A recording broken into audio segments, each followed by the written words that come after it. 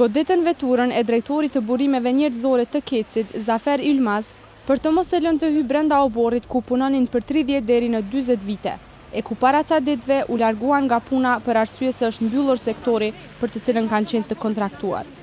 Fajin për të gjithë këtë ngjarje, punëtorët shumë vjeçar të Kecit po ua lënë qeveritarëve.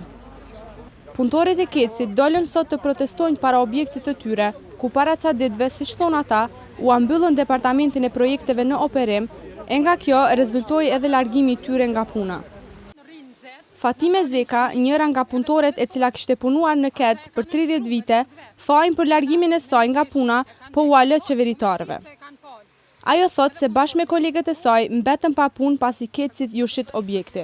Ma shumë ty përgjithësi kërkojmë nga qeveritarë, që ata që e kanë nënshkru edhe që e kanë shit, çka kanë nënshkru, çka kanë shit, çka kanë thonë me punëtorë, gjithë kemë kontratat përhershme.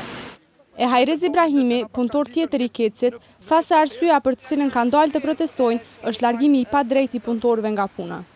Arsyeja e vetme që kemi dalë sot këto është shprehja e pakënaqësisë për largimin në mënyrë të padrejtë të një numri rreth 95 punëtorë nga puna, edhe të cilë punëtorë të gjithë kemi qenë në kontratë përhershme. Ai shtoi se nuk ka pasur arsye për largimin e punëtorëve nga puna, ndërsa një protestë tjetër e paralajmëroi për nesër para selisë së Kecit. Nesër është e paralajmëruar me një protestë e të gjithë punëtorëve të Kecit në mënyrë të organizuar, edhe të paralajmëruar. Keci, që përfshin rrjetin e shpërndarjes dhe furnizimit të energjisë elektrike, ishte privatizuar në tetor të vitit 2012 për 26.3 milion euro.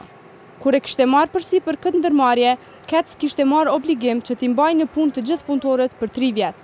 Largimi i tyre nga puna ka nisur menjëherë pas kalimit të këtij afati. Ndërsa në vitin 2014, punëtorët e Kecit kishin protestuar për rritje të pagave.